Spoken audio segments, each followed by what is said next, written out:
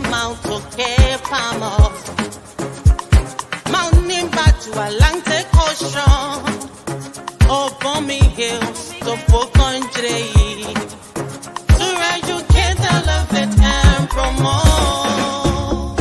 Yeah, focus on Liberia,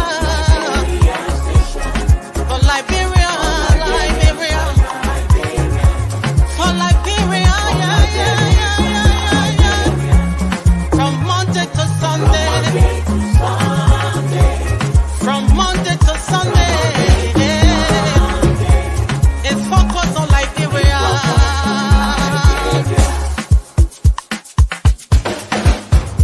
Talk about home affairs, in diaspora,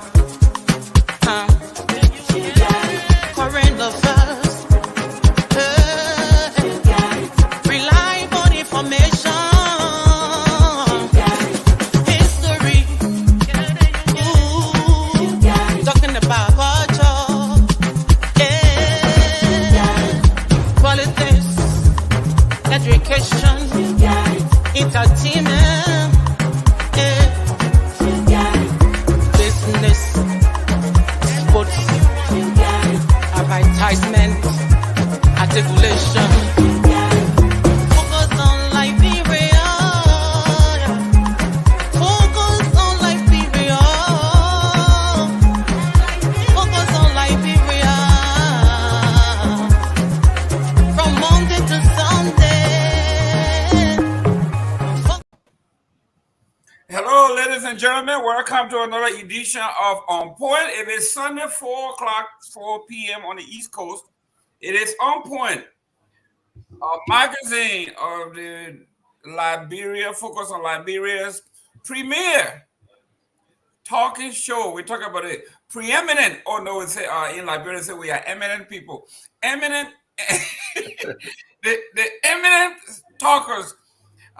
This is no gossip. This is no innuendo. We are talking about issues that we'll be discussing, but we're going to be discussing some facts. We do not discuss gossip. It has to be factual, and then we give our opinion on how we see it. So here we are. With me today, we have some of the best and brightest minds on these issues. I have with me my co-host, Mr. Padmore is here. I got Mr. Tavo is here from Houston. I got the gentleman from Minnesota.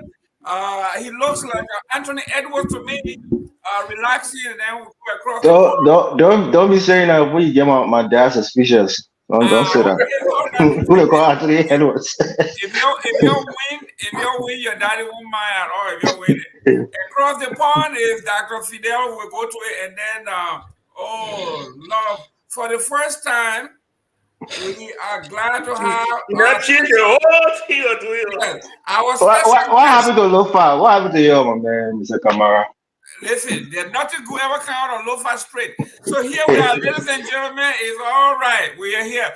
Mr. Padmore, how you doing there? I know you kind of giddy, you kind of happy. It looks like the Timberwolves are doing well over there.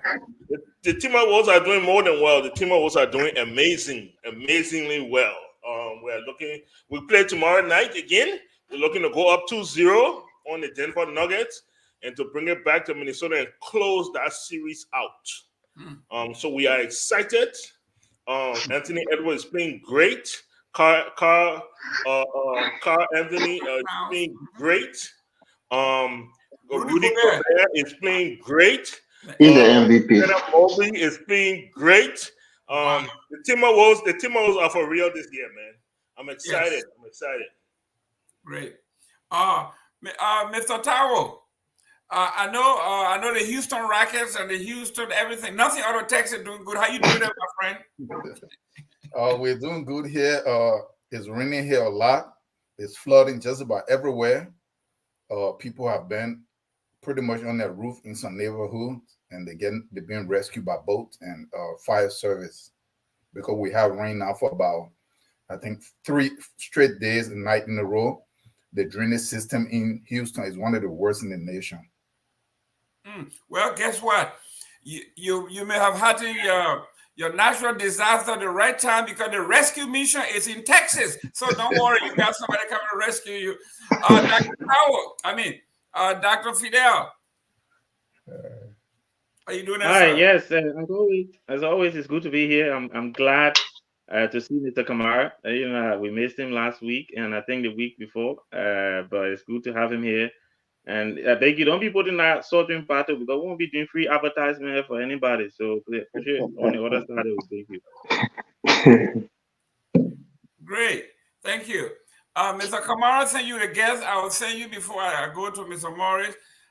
It looks like the last time I saw you, you were kind of robust. You were looking, real healthy, like Mr. Tao. But look at 3 months of presidency, got you skinny. What's happening? How you do that, my friend? Actually, I just weighed myself recently. I'm 200 pounds. I've gotten bigger, actually. So, yes. Yeah. And to Tao over there, unless you can get a Mexican people, they are lying about the water will keep pumping your water. Oh, God. I know, right? Yeah. So, but listen, man, I'm glad to be here. Glad to see you, Dr. Booty, the young man, Elvis Morris, the young radical. I'm glad to be back to see all of you guys. Look at the other come up over there, Mr. Palmer. Glad to see him here. Oh, God. We are not going to allow the man to change the topic here. His government is swimming underwater. He tried to change the topic. We're not going to go for that. What the other government? What is man? We ain't going there with that. We ain't going there. We're gonna stay with that road, that nasty road you got over there. Mr. Anthony Gay, welcome. How you doing there, sir? Where are you now? Are you in Philadelphia or what? That man driving to the No. I'm here. I'm in Philadelphia. But let me say this, man. When you talk about the hunter and the lion, who you think gonna win? The hunter had to take the lion down. That's so right. The lion right now is in the palm of the. The lion's in the palm of the. But a great topic, I'm excited to be back here. About a minute. So I look forward to the discussion. Thank you, Mr. Morris. Yeah, thank you, Mr. Gamer. It's great to be on the show. It's a great day today. The sun is shining. All of the teams that I supported won, so I'm excited. They say God can lie or God can sleep, right? Lofa cheated Bomi, Nima cheated Grand Jida. So, everybody get what they deserve. So, congratulations to River Says Women, and congratulations to River G Boys. I mean, those guys were very, very serious. And I have to give a shout out to the boy child, Senator Boy Child Assembly. I think he really did an excellent job. I'm sure the fingerprint were on that team. Those boys were really ready to go. So congrats to them. And congrats to Lofa making two county meet finals is a good feat also. But now all of the 15 counties have won it at least one time. And I think River G is the second youngest county next to Babalu. So it's good to see them, with the limited resources and limited amount of people in the county. It's great to see. So kudos to Liberia, and hopefully next year we'll have a more peaceful county meet. Well, I'm excited, Mr. Gamer. Let's get on with the show. Great, thank you. I think River G debunked. You can't beat CRC. Those who grew up in the 80s when Doe was president, when he played. When he playing on the football field, the soldier that run out with a gun. Hey, don't CRC boom. They said, Joe gonna kick the penalty. I watch him live do that at BWI. Nobody can eat boom. But who want to shut the president, man? You can't shut the president for They said President Joe gonna kick the penalty. President Joe kicking the penalty way over the goal. They said the goalkeeper shake. You gotta re-kick it. They re-kick on the door score. They say, oh, CRC. So no, Doku actually played though. Yeah, but the idea is unhealthy. That's all. The reason we are saying it's not good to fire everybody is Joseph Boakai had kept some of the original. Okay, let's get to the topic now. This is part of the topic. If Joseph Boakai had kept some of the original people on, they would have told him that this is CRC never lost a game. Then they were telling him how to win, but he didn't keep nobody. So the young boy. How many times Grand Crew won a game when Joe was president? One time. Okay. Well, I don't say, Joe, we have made the people win. That's what you said. Bommy won it once on the LA. Joe, we had won it once on a Grand Crew. That's And right. Boakai will get it. One of these years you'll get it, I'm sure. Yes, Man, hopefully. let me guess level. Ladies and gentlemen, we want to do us a favor, share this show. Be interactive. It's going to be very contentious today, as you can see. Mr. Kamara, I think you need handkerchief. You're sweating there a little bit, I see, so you need to wipe your face. So, ladies and gentlemen, first, some house cleaning. If you are my friend, you may have received some messages. Somebody hacked my social media page, and they are sending messages out to all of my friends that I have sent some valuables through DHL to Liberia, and it got stuck. It needed to be picked up immediately. I was in church. I didn't have money, so they were asking you to send $100 to one Master Cooper. And several people have called me that they have made contribution already before they called me.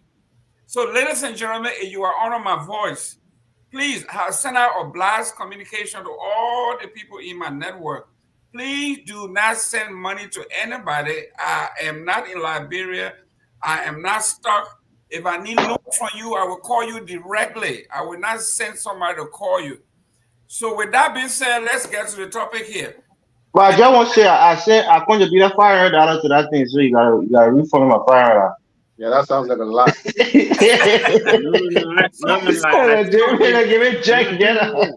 My man, someone called me. They said it might be a scam from giving collecting money. So I said, unfortunately, the people who say they contributed, they are all CDs. If they were from the rescue mission, then you say it was a scam. But the rescue mission said they ain't got no money, so they ain't sending no money. But ladies and gentlemen, we are here today. I thought Pamu were going to host it because the topic he brought is. Mr. Kamara, you are interrupting the host. No, this guy all day, Joseph Boakai and rescue. Let's get to this topic and then we'll be fine. Okay, let's start with Joseph Boakai. This man, anything but Joseph Boakai. Mr. Padmo, please read our topic here today. There So we go go. ahead. But before Mr. Padmo does, please, guys, let's share within our network. Send it out to your friends. I think Mr. Padmo got a rule here. If we don't get to 1,000, we won't start. But in the meantime, Mr. Padmo. Bombshell. Bombshell, that's correct. All right. So the topics for today. Our first topic is the budget has passed. And what are our reflections on the Joseph Boakai arrest mission? Agriculture, roads, economic progress, health and sanitation, and tourism. I miss anything?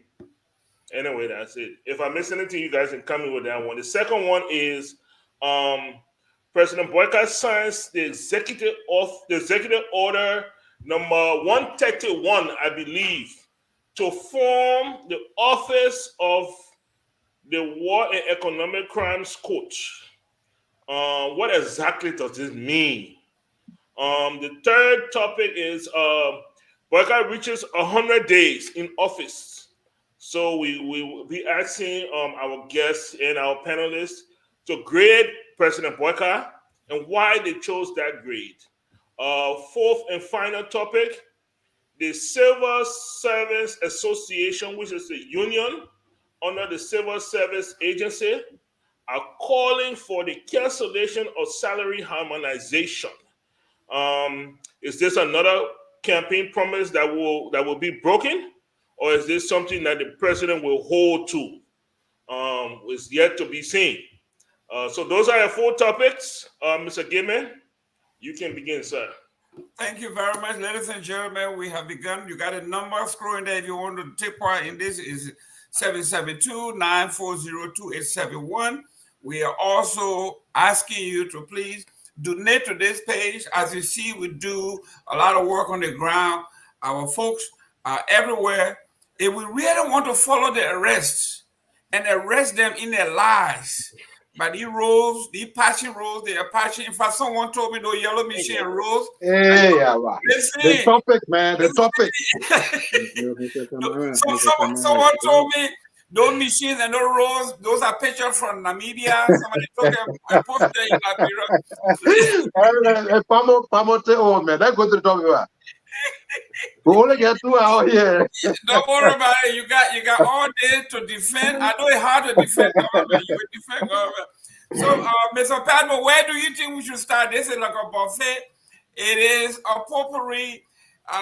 It's a hot seat. It is very difficult to defend useless government. I'm talking about corrupt government, unfunctional government. Mr. Aliu Kamara has nothing to do but just laugh because it is tough. Remember, he been out of here 3 months. He been out of here 3 months. He's just coming back. Ladies and gentlemen, we are about to start this show. Let's look at the budget. Mr. Padmo, you hit it off. Everybody should look at some of the. I know it's a huge item here. We cannot go through everything, but if you can pick a part of the budget that pick your interest, for me, it is the budget, the line item for the asset recovery.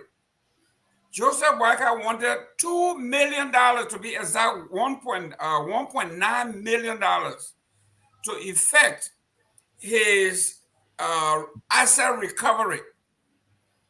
The House went back into the recast budget and gave him only $600,000, which is basically barely making salary, nothing else, just salary. So that captured my attention. So what does that say about this asset recovery that would need close to $1 billion just to recruit money? You need to hire experts. You need to hire international experts. You need to hire forensic auditors abroad. You need to have all the international communities involved. How does this asset recovery work? How do they go after people that Padmo in the United States, Aliu Kamara that they use to launder money? How do we go after these people when we don't have the money to do this? So that's my take on the budgetary issue. On the other hand, every country is allotted $200,000 for development. $200,000. You tell me, how do you develop a country with $200,000? Mr. Padmo, you take the first crack at this. All right, so I'll try to eat from several plates. For me, I really looked at the budget, the President Boakai's plan, and then I looked at the money that he allocated to those different sectors. And for me, that was where my discouragement was. Okay, like roads or healthcare, or even education. I mean, like, if you don't put any money into it, how does it get better? How do you fix it? You know? And so all I saw was, like you said, most of the things, they stopped on salary. They stopped on salary. Even the president's international travel. The president's international travel. This trip that they not made to Houston, the money finished. So I guess that the trip they were from here now to December, but they're not going nowhere when he go back Liberia, because he only allocated $200,000, and then he take I don't know how much 26 people were here to Houston. The money finished. 9 people. 9. All right, 9. It's the same thing. The money finished. So for me, that was my letdown. My letdown was that the things that President Boakai highlighted that was going to form the framework of his presidency and that was actually going to lift Liberia up.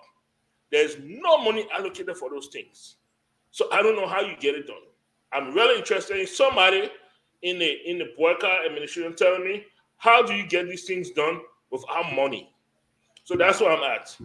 Great. Mr. Tao, I know you might have skimmed through the budget. Your interest, we're not asking you to eat this whole elephant here, but you can eat it piece by piece. What part of the budget that concerns you?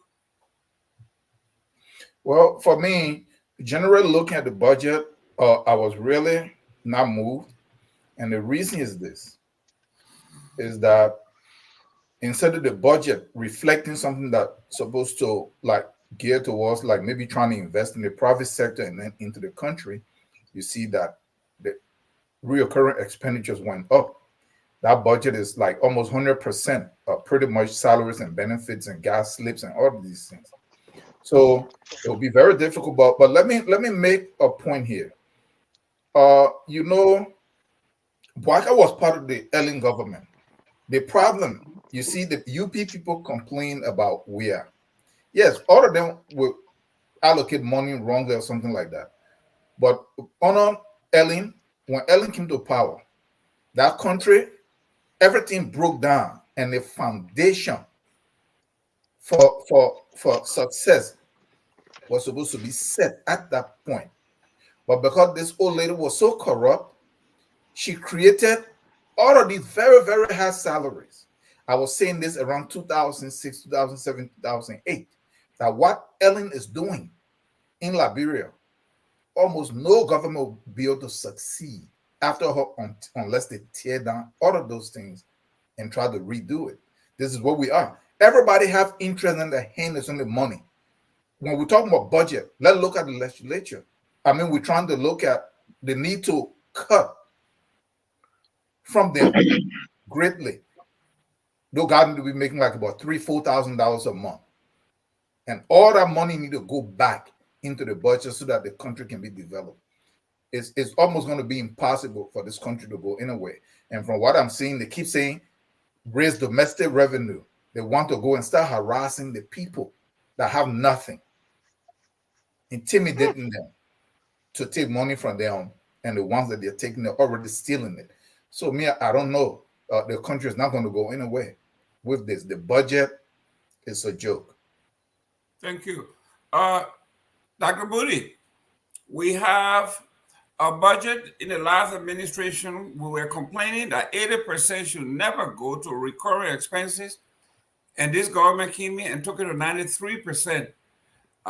When you look at the total budget, they have about $51 million remaining to develop the country for infrastructure development. Out of that $51 million, Joseph Boakai scheme $222 million already is saved for Muddy Road. So now we're down to about from 31 million, 51 million, 22 million go. We got 28 million for the entire. That's the discussion, man. It's wrong information.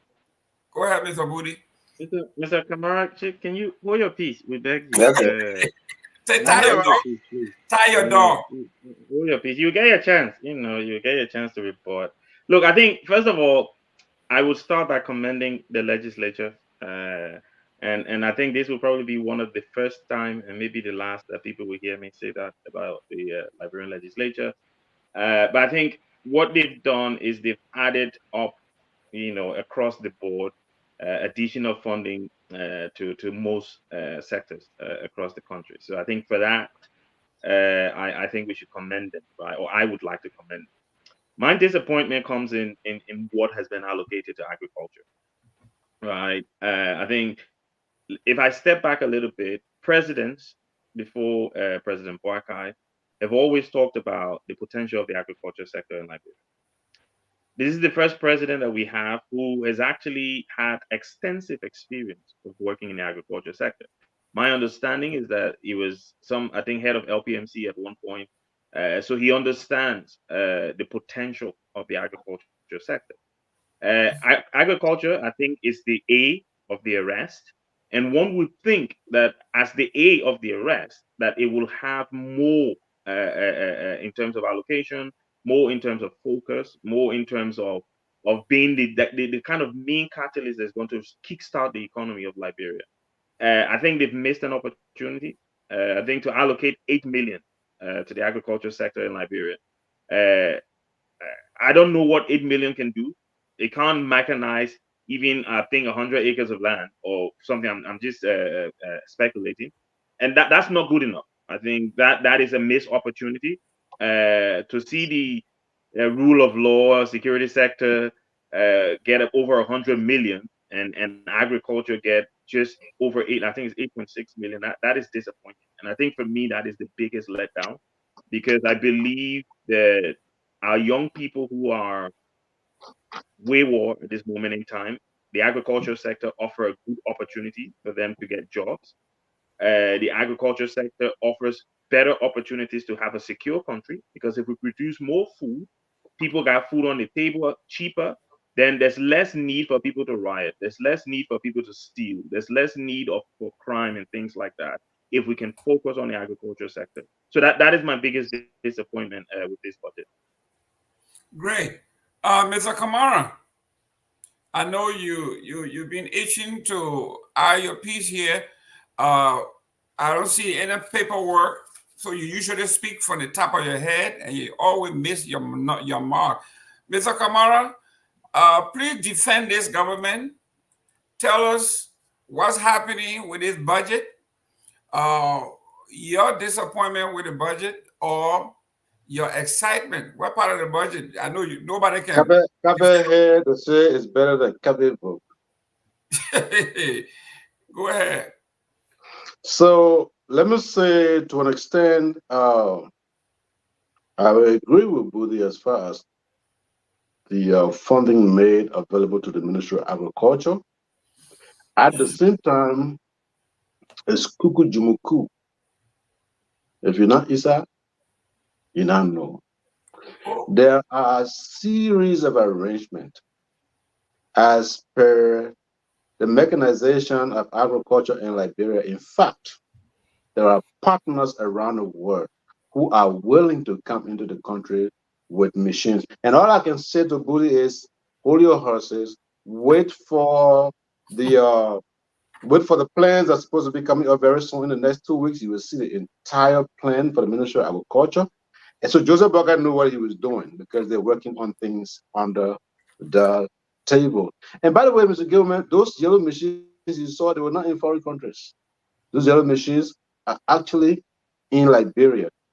And as for the 500,000 he's talking about that were given to the asset recovery team, well, it is the laws of the legislature. However, Joseph Boakai has $50 million to his disposal at the Ministry of State. So he can always go in there and do other things. So Joseph Boakai is committed to fighting corruption, and that's what he would do. And I was particularly excited when I saw the amount allocated to travel, 200,000. You know, all of these unnecessary things are what Joseph Boakai is trying to get rid of, like lobbyists, all those nonsense. None of those things are necessary. Your lobbying is right in the country. If you do right by the people, if your human rights records are clear, you got running water, electricity, security, that's lobbying. People see those things on the internet. If you go to the United States Embassy website, the status of Liberia is right on there. If you go to other websites like the Republic of France, everything about Liberia is on there.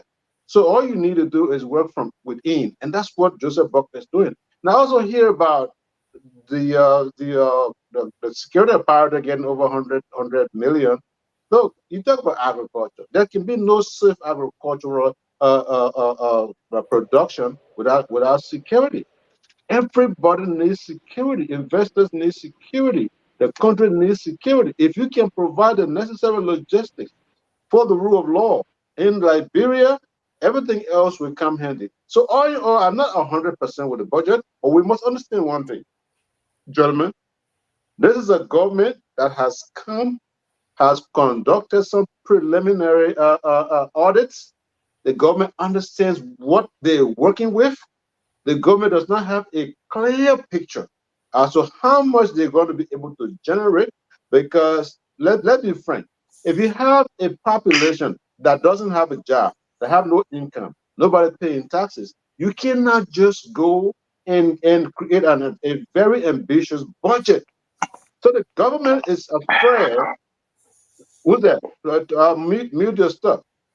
The government is concerned that if they go above their threshold, their projection, something could happen, and we can go to the whole thing about budget shortfall. So they're playing safe. But if you look at that budget, you realize that the government wants to build the ladder.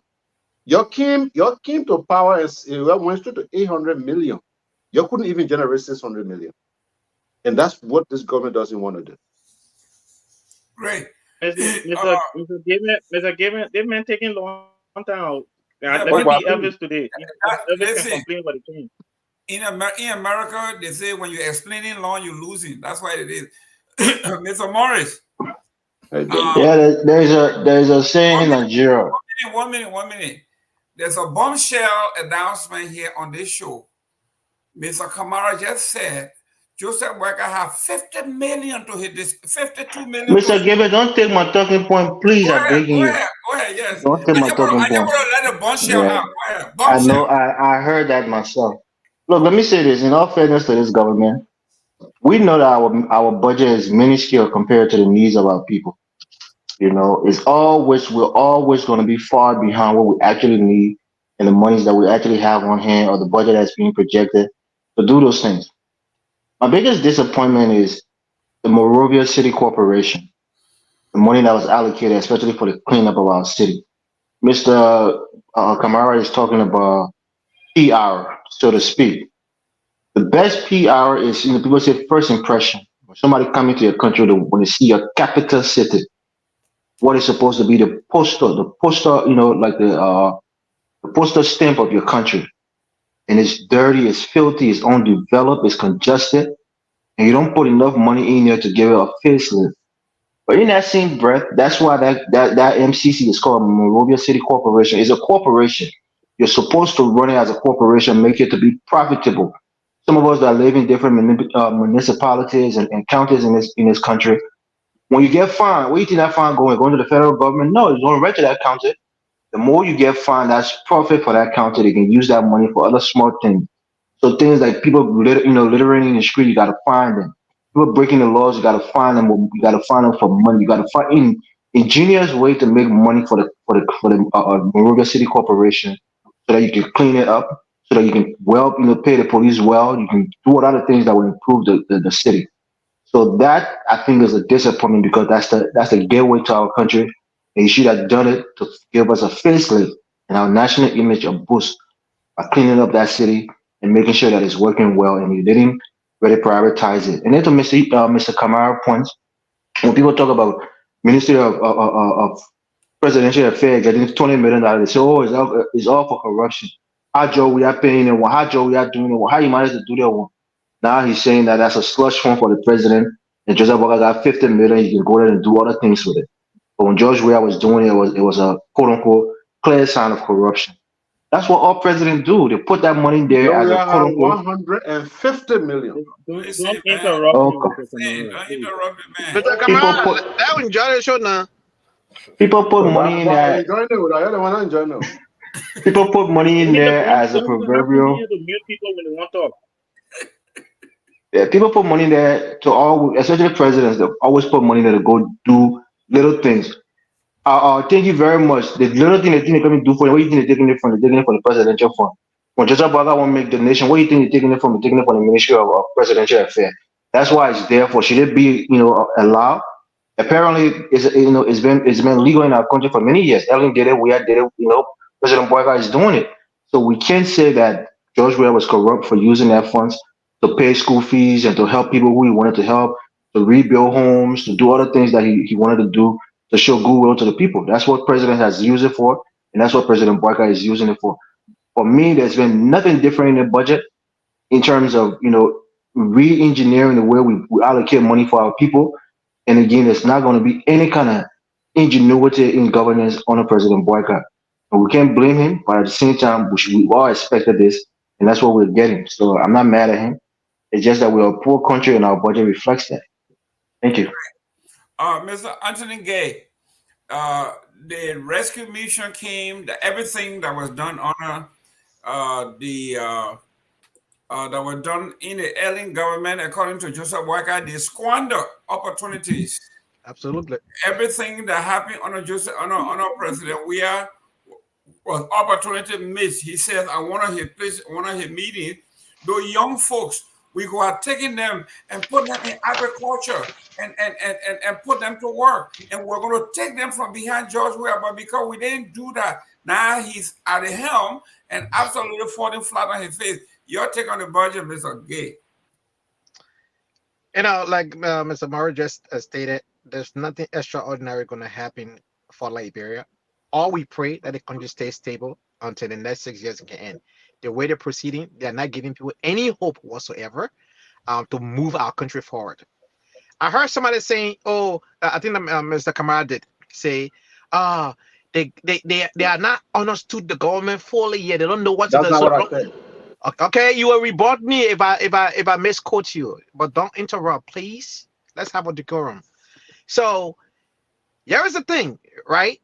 You work in government 12 years as a VP, sat right next to the president, and then you took a break for 6 years, observe another government, and then giving an opportunity. If it's anyone who's supposed to hit this ground, Oh man. can you look? Please mute him, please. I beg you. We don't need this on the show today.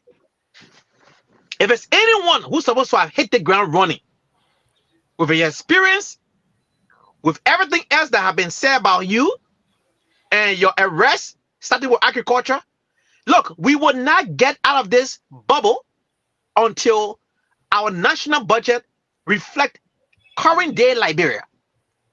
600 million, 800 million will not cut it. We need $1 billion, 2 billion, or 3 billion. And we need to generate. Monrovia City Corporation need to, for instance, apply 2% sales tax on every alcoholic beverage. What kind of imaginary statement are you, man? Hey, listen, it is achievable. We have mobile money. It is achievable. In order to do that, make sure listen. Look, Mr. Gibbon. Mr. Kamar, please, show respect, please. Come on. We will not have this on the show. We will not have this. Please mute this man. It is my opinion. You can't attack my opinion. Freedom of speech, brother. Respect that. Even if it's not sounding good in your ear, just respect it. Simple as that. It's called dissenting view. So the thing here is you have to find the money. You have to be creative. You have to find ways to generate revenue. Okay? Monrovia is a beautiful city. But if you don't have the money to invest into the city, that city will look bad. And as it is right now, the dirt piling up everywhere on the streets, the city smell, all the different things. So you will not attract investors. Nobody wants to come to put that money in the place. First of all, you're not even addressing the issue with the electricity. They're talking about, oh, I heard on Team Majalada show, the director of communication of LEC went on the show and talk about, oh, we need to come around the table and we'll get certain group of people in Monrovia some electricity, for 12 hours, and after that, are you at this time? You're talking about sitting around the table. You have no plan whatsoever, right? Addressing electricity is the first and foremost thing that will help any government. Any government that come into play and overlook electricity, nothing else you try to put into play will survive in this 21st century. Electricity should be a must. And the national budget, they gotta use LEC as a revenue generating source. They cannot use LEC as a subsidized source where every time the government pumping money. Enough money has to be pumped into LEC so that LEC can generate income to subsidize other area of government. LEC and agriculture, those two areas need to be able to have enough money, and then education, other places, healthcare can come because education is a long term, right? In long term investment, I got return on the investment, but it needs investments too as well. Thank you for having me. Great. Ladies and gentlemen, welcome to the show. Please share the show. We want to be interactive. We are reading the comments here. We'll put comments on, and you can call when it's time to call. Mr. Victor Namwe, welcome to the show. We are now discussing the budget. Can I interject? 1 minute. Yeah. You want to interject in my welcome? No. 1 minute. 1 minute. Let me tell you, Mr. Gilman, these are the things that not 1 minute. You got 30 seconds. 30 seconds. These are the things that can really frustrate me. People just open their mouth and just speak emotion all day. 1 billion. Where are you getting the 1 billion from? Do you know how 1 billion is built up in a country that has a $3 billion GDP? You think you just get up and say, okay, I just give the power to our vice president for 12 years. So you know what? The budget at 1 billion. That's how you think? No, man. Great. The man said we got to work up to 1 billion, and our GDP is 5 billion. That's it. Listen. Don't listen. Kamara has one objective: to come here and filibuster so time can go. You see how you get me out of it? Mr. Federal Namwe, the budget, we are on the budget here, and everybody have looked at certain segment of the budget. Like me, I look at the asset recovery team, how the legislature was smart enough to say this is a fly. They cut it down from 2 million to 600,000. Pay your people and let them sit down and do nothing. Mr. Victor Name, your take on the budget. Yeah, thank you very much. First of all, let me register my apology. I'm joining you guys late. Today, the national leadership of the Union of Liberian Associations in the Americas, YOLA, was being inducted into office today in my state. Full disclaimer: my wife is the national vice president, and so we just concluded that program. But I'm happy to be joining you. I think whoever gave Mr. Kamara the soda that they need to take it away from. It's not soda. It's not soda. I don't know whatever he's drinking. He's hyperactive today. He's too active today, so I'm not happy about that. But listen, the budget, I'm sure from the inception of this budget, we've been talking about it. What I wanted to do, I don't know if you have talked about it. There were some graphics today. I believe one of our colleagues also reposted those in our chat room that Amara Kone is producing. And, the legislature, they want to apply the brakes on the asset, recovery commission. That's a good thing. But I think they really need to look within, I was shocked. I mean, the perception has always been out there that there's too much of our national resources that are going to the legislature. And the graphic today that I saw, I mean, except for Nigeria in the sub-region, I mean, Liberia is, if you look at the graphic and look at Sierra Leone is like, like a little speck on the graph.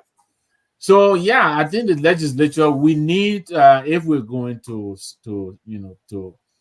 excise the fact that's in this budget, I think we need to look also in the legislature.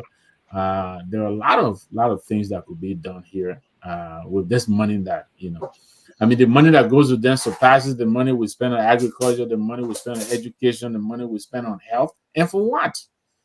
For what?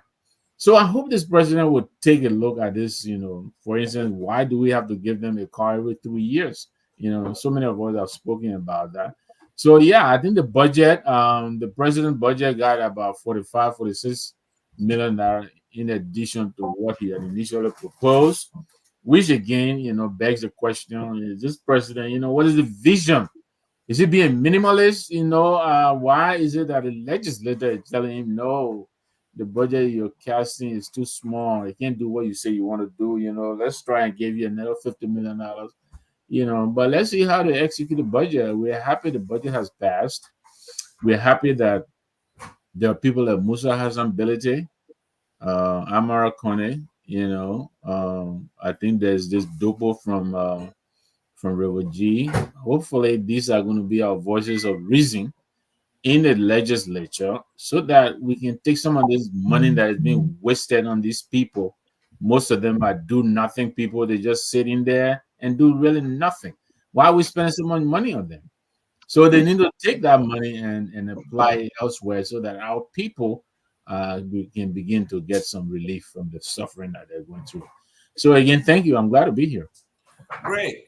Ladies and gentlemen, we're complete share this show. Participate. We will be putting some of the comments here. Let's look at Mr. Patmore. Yeah, can I just have 30 seconds? Yes, go ahead. Yeah, look, I want to point out something here. Just what Mr. Nangbe said, that is what I said earlier when I spoke. But I keep hearing that our budget is too small. I really don't think that that's what the problem is. There is a lot of money in our country. Why the budget is small and they need to go up, but that is really not what our problem is. The problem is that about 97% of that money is being misallocated. I'm just saying that because that's a recurring expenditure, and it's not that it has anything to do with this present government right here, or even the one before. And set this stage. Amara Kone and Musa Ability are being praised, or at least being mentioned. When I will praise them, and Mr. Budi said that we should give them some kind of stuff, those guys are criminals. They are stealing from the country. I will say this. They are in no position to take that much money from the country in benefits and salaries. They are in no position. Those guys deserve to get like about a couple of $1,000 or $3,000 a month. That's it. 2,000, 3,000, 4,000 now, they can live on that. They're taking everything. But this is what corruption does. These are the same people who pass this on what they will pay themselves. None of them have credibility. If anything that is right about budget, if they have to do with them cutting down by like 70% or 60% on what they taking home to put the rest back into the budget, then that's the only time we should try to give them some kind of praise. And something we talk about agriculture. This is the mistake that we keep making. You know, like on all of the government, agriculture have very little.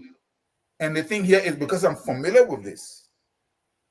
So-called foreign partners decided that they will subsidize 3 major areas that is the pillar of any state. This is at the handicap in Liberia: agriculture, education, and health. The USAID, the US government, the EU, Sweden, all these people, the so-called international community, this is their project. These 3 areas. On USAID website, they say in the 12 years on Ellen, they invested 740 something million, almost $1 billion in Liberia's agriculture. Is that true?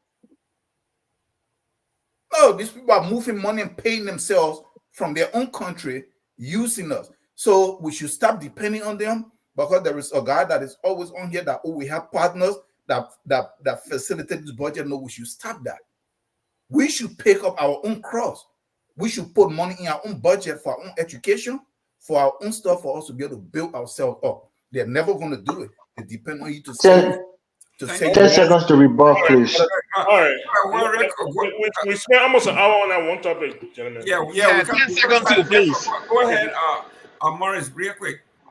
Yeah, Mr. Taiwo, I get your point, but in fact and indeed, our budget is way too small. The key here is to build the private sector. That way, you can yield more taxes by taxing private businesses. That's how budgets are reflected. The more tax revenues you bring in, the bigger your budget will be. So if we don't have a thriving private sector, our budget is always going to be too small for us. So when you say it's not a problem, it is a problem. It's our, it's our quintessential problem. How can we do the things we need to do when we have limited resources? That's the key. So if President Boakai is going to focus on the private sector, in a couple of years' time, he can maybe add about 25% to that budget.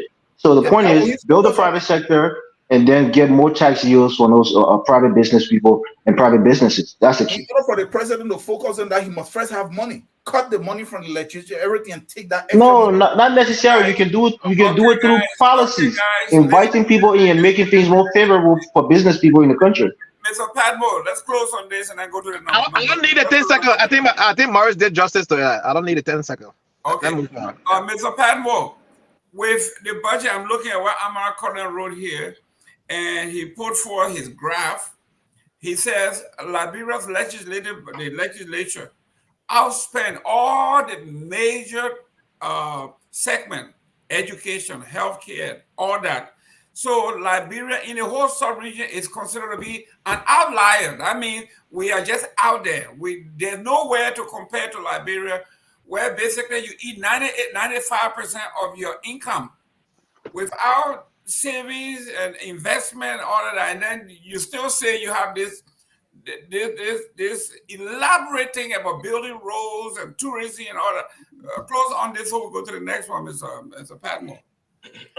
Yeah, I mean, look, yeah, I'm already saying that, but at the same time, I'm already signing the budget, At some point in time, people have to stand up to things, Why the Liberian people now organizing a rally to convene at the Capitol building to express their displeasure on the money that the lawmakers make? It still baffles me why.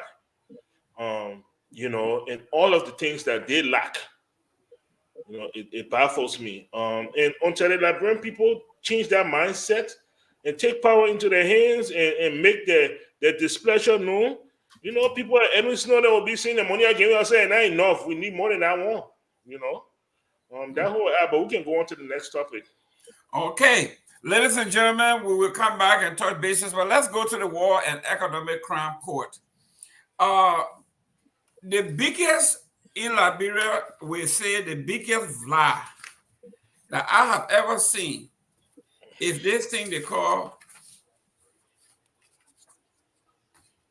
economic. People are out here, actually, they are going about and celebrating. There are people who thought that we have established a war and economic crime court. This is the propaganda that the Unity Party and the Rescue Train are going about, telling people that give Joseph Boakai credit. At least he has started the War and Economic Crime Court. And in this order that Joseph Boakai signed, Joseph Boakai mentioned nothing about War Crime Court. Nothing. And I'm going to read it to you here. It's right here. This is what Joseph Boakai signed, and this is Joseph Boakai's signature here. Right here. Joseph Boakai. I can read it now. I may have 5 pen. Okay. It says here. Remember the United States president? That's the reason I brought it out so you can become Mr. Kamara. I don't get told. We get proof. It says here, Executive Order number 131, establishing the office, not War Crime Court. It's establishing an office of War Crime, Economic Crime Court within Liberia, not the War Crime Court, an office. This is what the art say. It's a prelude to it, Mr. Galen. It's a prelude. It's a prelude to it. No, that's not a prelude. That's the executive order. That's the title of the executive order. When I get my chance, I will explain what it means. Since people don't understand it. It explains it out here. We got it all. But the idea here is there are people who are running around saying we have established a war and economic crime court. That's not true. This war and economic crime court is years away. It may not even happen. Like I told you, it will never happen. But ask the question now. I'm coming to you. Mr. Patmore, I will start with you to tell you what it lies to talk. Thank you very much. Thank you very much, Mr. Gimmer. Yeah, I'm very disappointed. First thing is in the executive order. The president passed the ball to the legislature. The legislature voted on a resolution concurring with the president. We really expected a law to establish a court to be the next step. Yep. Instead, what we are seeing right now is an executive order that has a time limit on it, and they create anything that executive order creates also attaches that time limit to that as well, which is 1 year. And it's an office of whatever war crime court, or to create a war crimes court. It doesn't even explain what they're going to do, who's going to do it, what's the budgetary allotment, on how far reaching it will be. Nothing. This is just another scam by Unity Party. They're going to pack the thing in a hole. I remember asset recovery, when they came asset recovery, the next day they jumped in Cinco, they started pulling cars, send out the Unity outside again. Can't get anything. 22 billion. That one that died. That Jeff had it 1 year too, they come in pack it. You know, there's a favorite saying that bills that people don't want, it goes to committee room to die there. This thing here, they come and wrap it up very nicely. They will look for small money, put it in somebody's hand, and that's why it will sit for the next 6 years. This is unnecessary.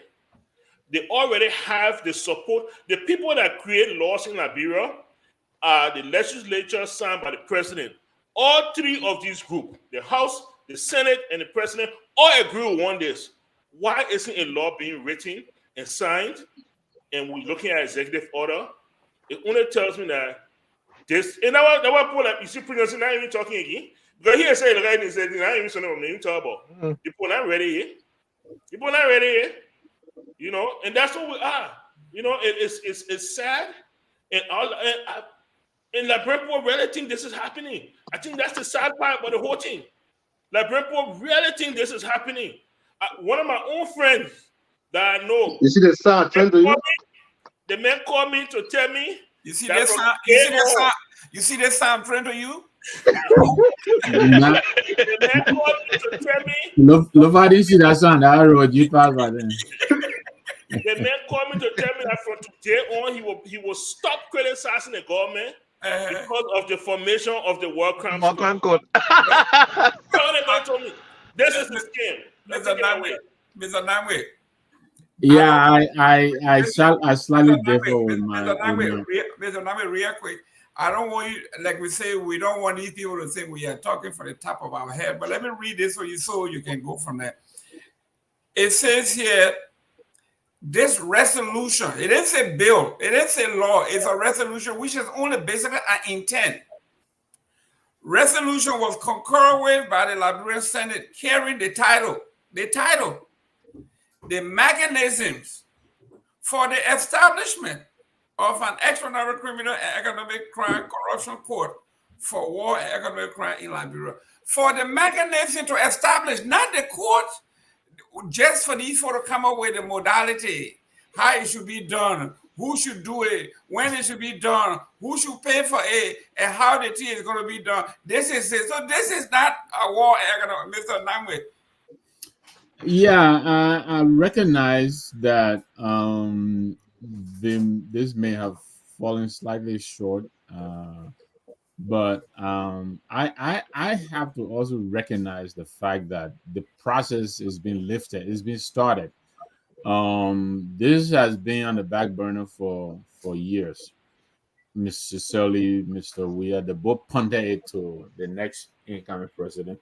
So I will urge us not to allow perfection, to be the enemy of the good. I think this is a good thing that has started.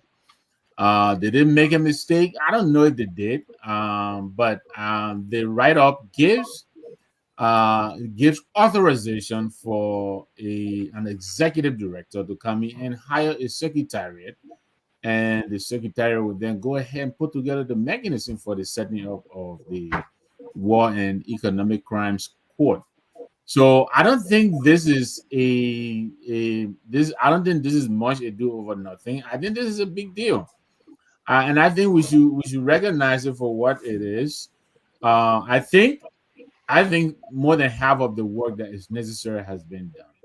I am not sure what the mechanism, the rest of it is going to be. Whether the secretariat will need another resolution to go and set up the court itself. I'm not sure.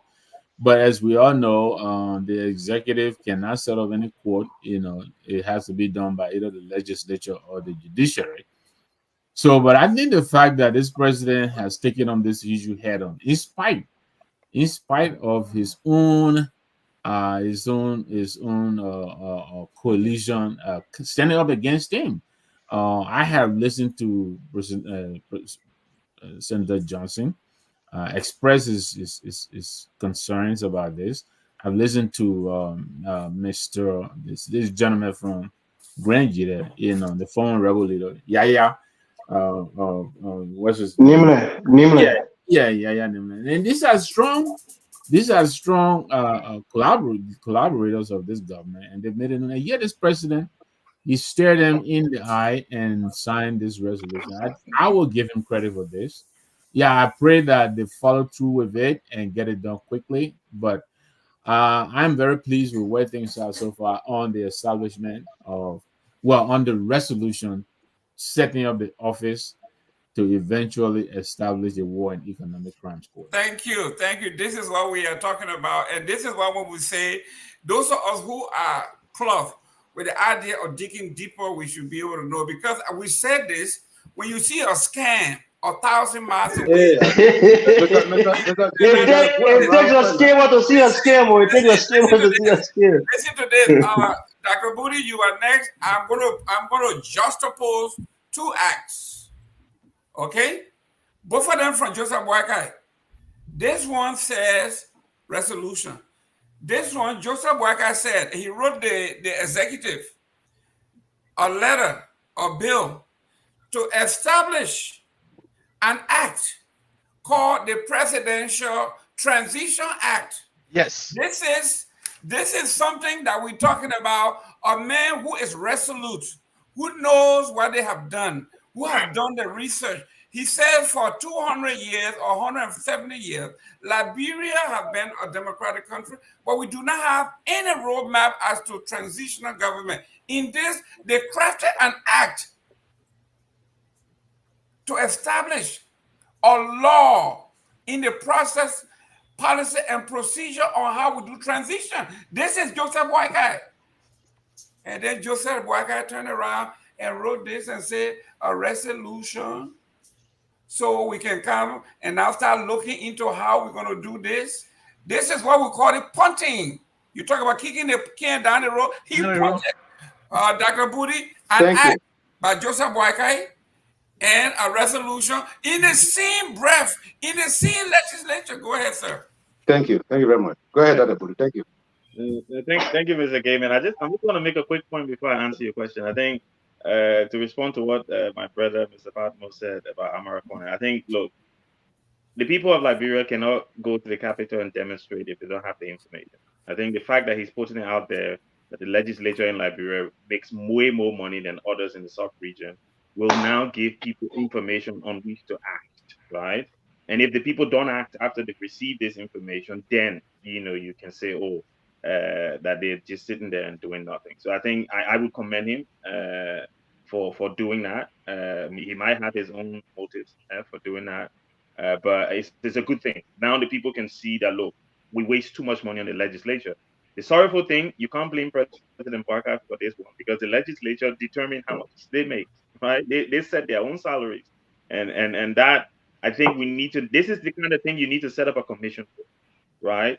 To set the salaries of the legislature. So, like again, I'm not comparing Liberia to the UK, but in the UK they have an independent committee that sets the parliament salaries, right? So they set it based on GDP, based on inflation and things like that. So we need something similar because we will save a lot of money if we take it away from the legislators themselves.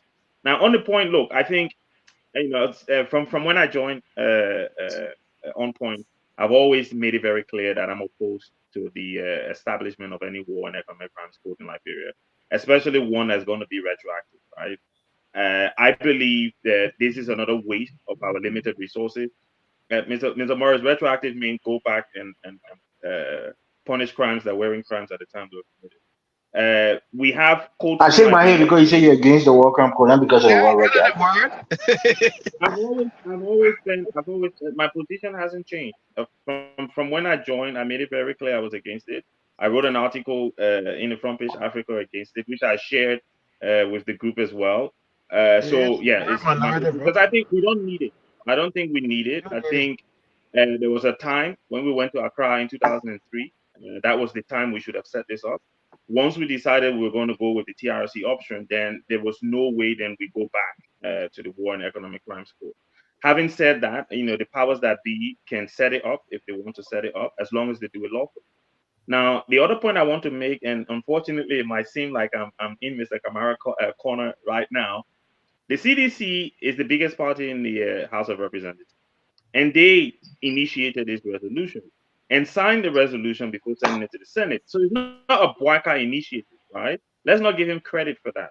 It was the CDC-led House of Representatives that started the conversation. Speaker Konati Kopat was the one who started the conversation, signed the resolution, and then sent it to the Senate, right? Even if the president said to him, do it, or it would be nice to do it, he could have said, no, I'm not doing it. So let's give the credit to the speaker and the CDC for taking on this authority to push this thing forward. I agree with you 100%, Mr. Gayman. If the president is serious about this, he would have asked them to write a law, send the law to the House of Representatives, sign the law. And my recollection from reading the TRC report already has an act, right? It's already drafted the act to create the War and Economic Crimes Court. There's an act in the appendix of the TRC report. So if you have a look at that. Sorry? I was going to remind you, and you said since they signed the TRC, they shouldn't have talked about war and economic crime. When that same TRC also point to war and economic crime, so I'm glad you remember that. Go after Mr. Tadabuti. The fact that it does, or the fact that it did, doesn't mean that they should do it. My point is that we shouldn't do it, but if they want to go ahead with it, listen to the English I'm speaking, my brother.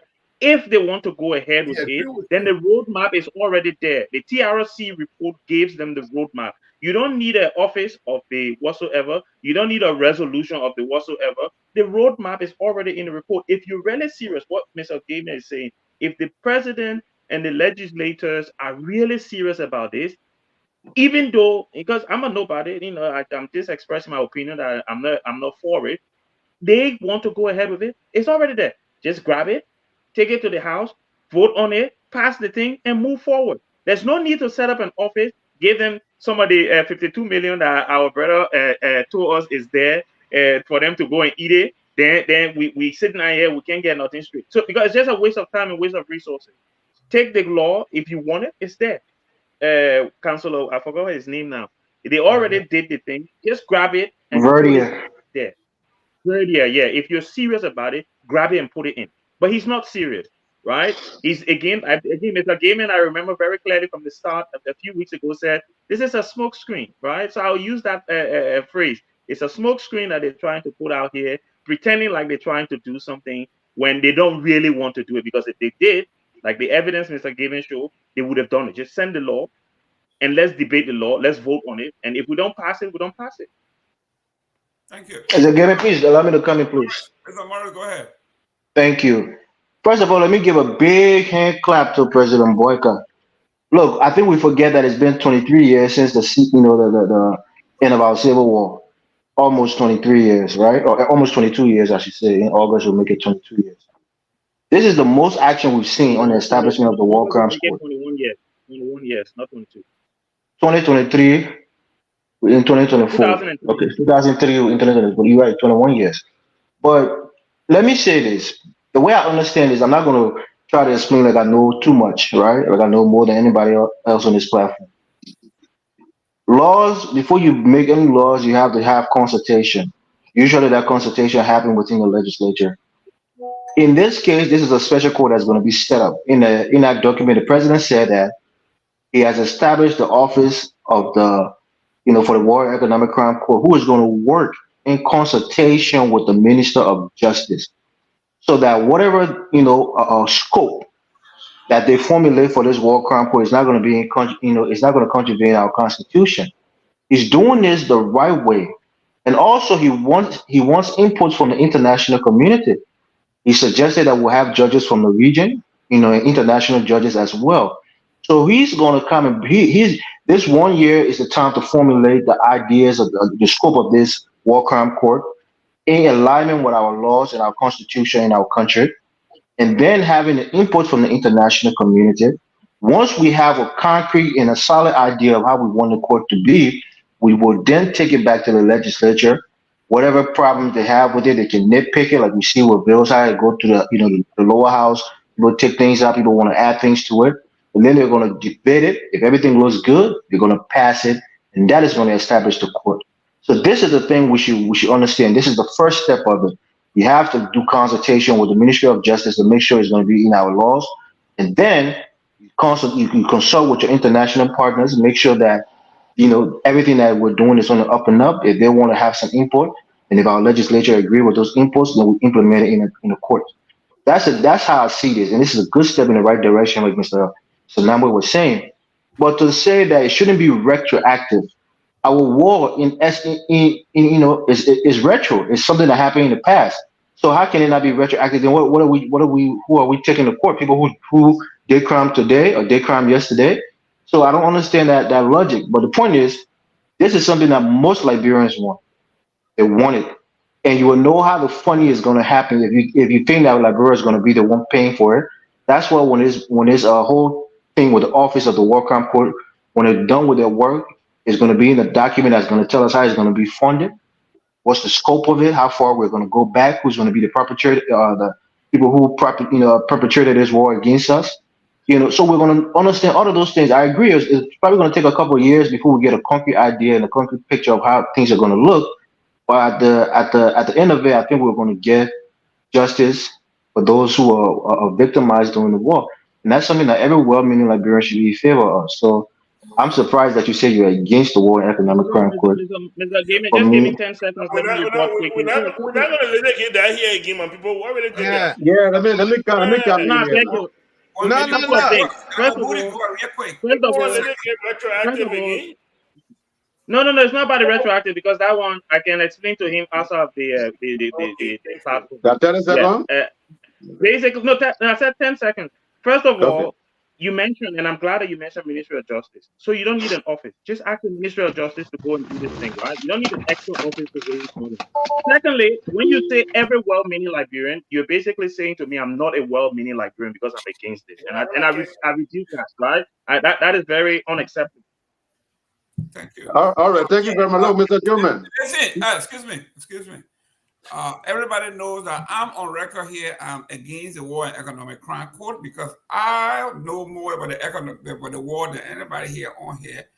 And I know that they are not coming for those people who started the war where I was in Newark, New Jersey, and New Rochelle with Tom Wowoyu, Amos Sawyer, Harry Green, Ellen Johnson, Sally. I was there.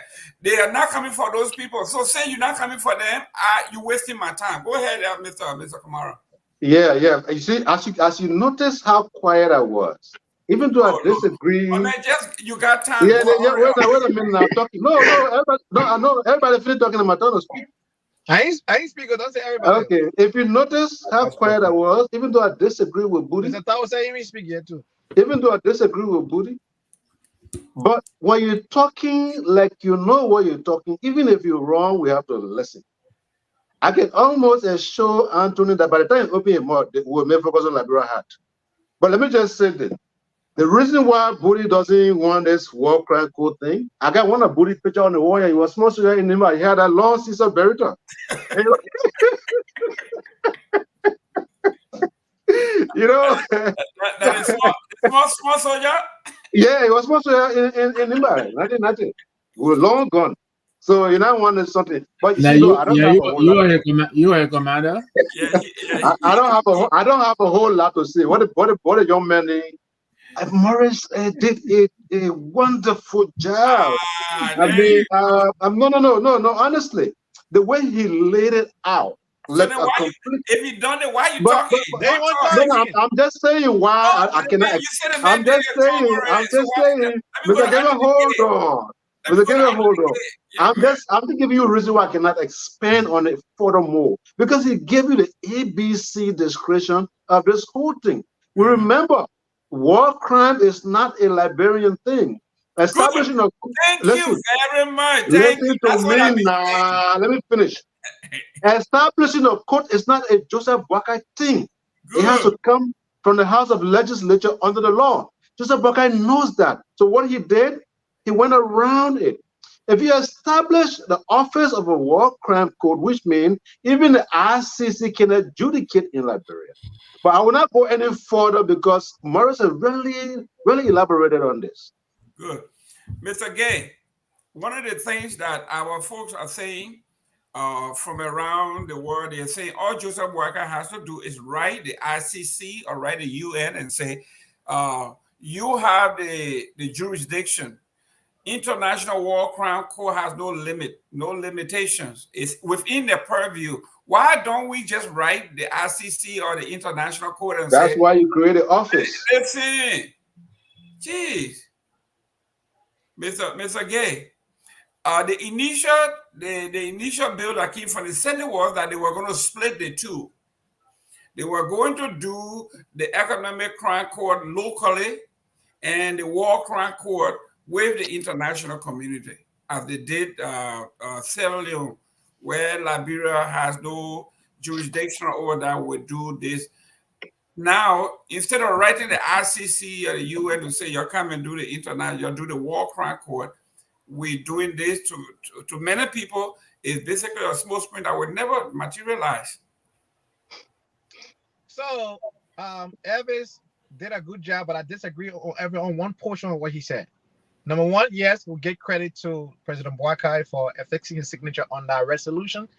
It is a right step in the right. It's a good step in the right direction. I commend him for doing so. Yeah, that's why I disagree with Elvis. And guess what? That TRC report that that the Budi alluded to earlier, actually have a roadmap as to how the War and Economic Crime Code should be established. It has it. You understand?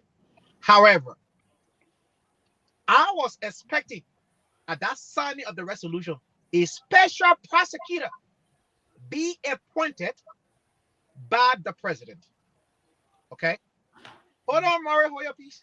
Right? A special prosecutor based on the TRC recommendation. The president had an advisor, he had a lawyer. He had one of the best Liberian lawyers with him too, one of the advisors, Kofi Woods. Right? So that TRC report, and I have a video that I will share in the group chat by a lawyer who was called to the Liberian Senate to explain bit by bit every portion of the TRC agreement. And he did justice to that. I will share that video in the group chat so you guys can have an opportunity to watch it after this show. And then you will have your, because they notion out that the TRC left a lot of things out, and the TRC, they didn't have quorum and all the different disagreement that's out there. He nipped in the butt, for lack of a better term, and outlined all of the procedures that are in there.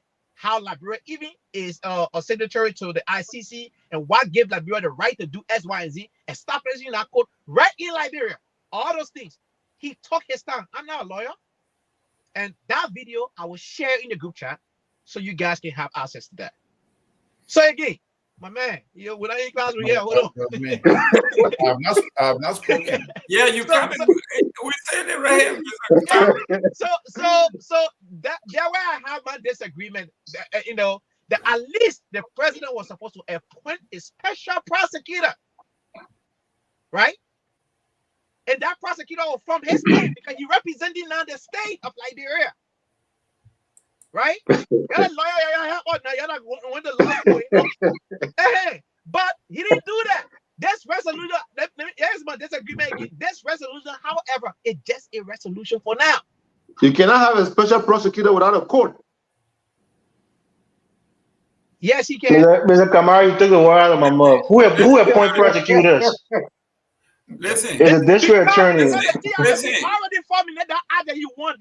No, the TRC is not law. It's a recommendation. It's not law, so it has no jurisdiction. Guys, one at a time. Mr. Tower. Okay.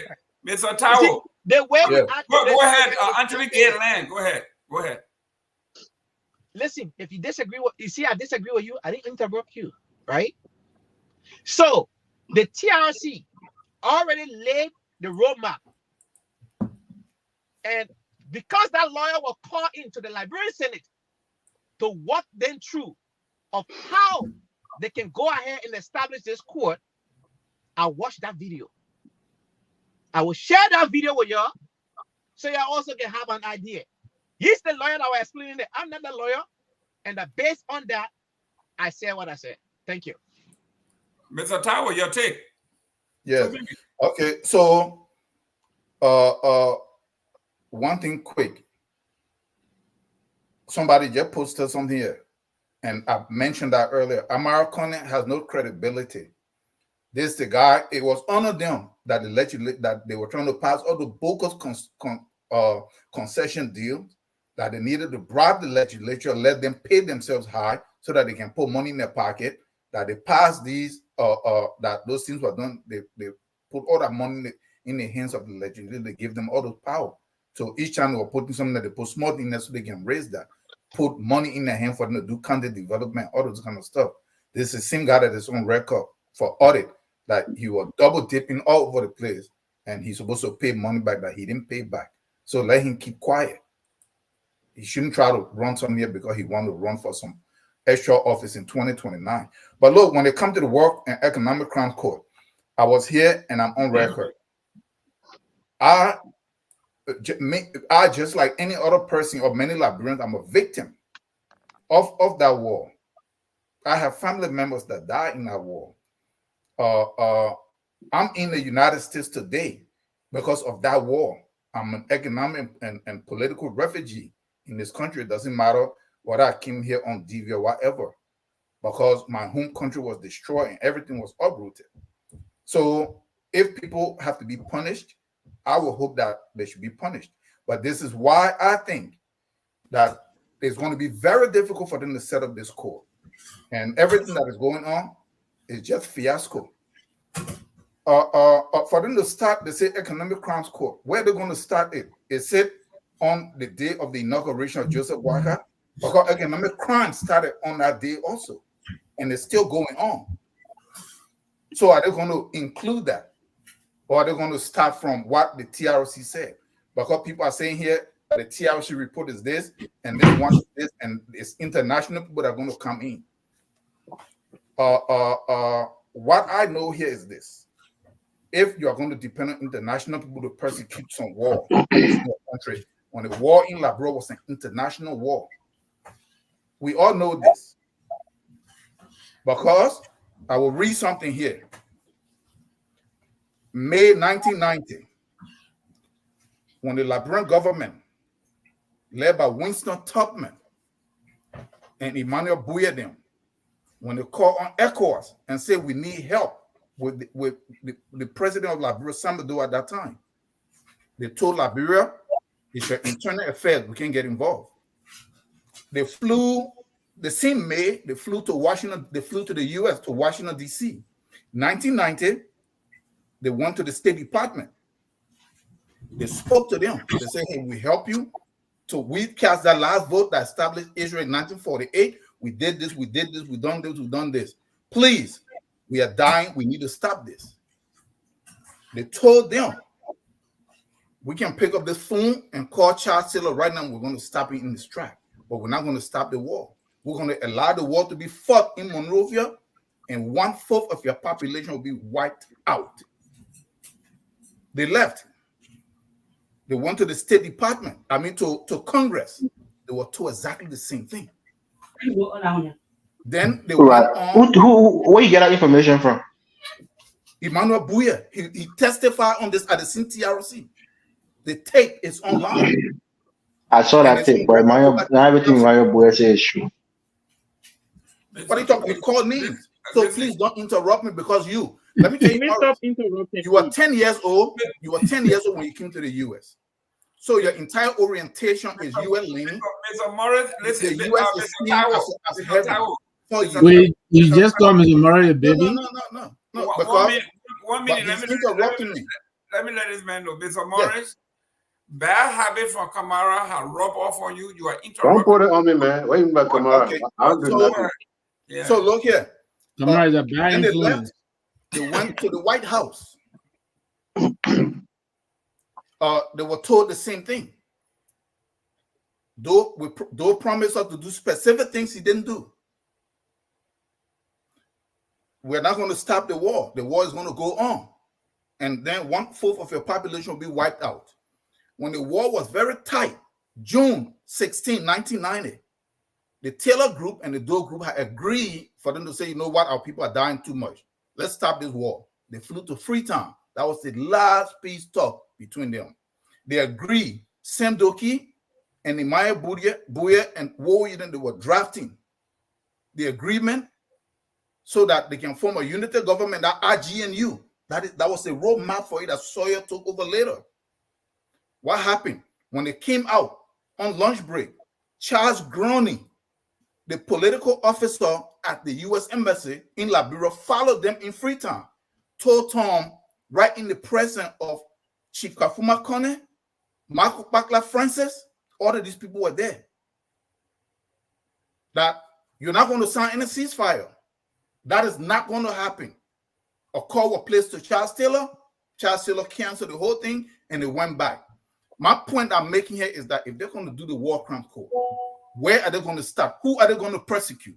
Is it going to be the people that are carrying a gun, or the people who finance with the people who, if somebody tell you that there will be fire in your house and all your kids are going to die, and then fire break out in your house, and they say that person that set the fire, I can stop them, but I'm not going to stop them. Then later on they come to you and they say, now we are going to sponsor something for you to persecute the person that set the fire. Does that solve the problem? So give me 30 if seconds. we are going to be I, honest, I don't know what's wrong with this guy. When Joe was killing the people at Nima like America or making him kill the people, Listen. look, Maury, oh, don't mute me, Mr. G. I know You that. When they guys No, you gotta let him show, finish. don't mute me. You know, you will be Don't let him muted. speak. Other You will be people who are muted. affected by it. You will be muted, sir. Let him finish. Let him finish. You So want 30 where seconds do to we be 30 start? seconds. These are the reasons Go for ahead, which Tao. I am saying that the war crime code is impossible, and if it is done, it's going to be a kangaroo court, Thank you. and it's not going to Can I survive. come in 30 seconds? Can I come in 30 seconds? The order 131 gives a starting point of Go. 1979. It's in the order. Listen. Ladies and gentlemen, welcome to the greatest talk show on television, on the web. We got the greatest mind, with the exception of Elvis Morris and Kamara. They're not good. They are not good people. They are not good people.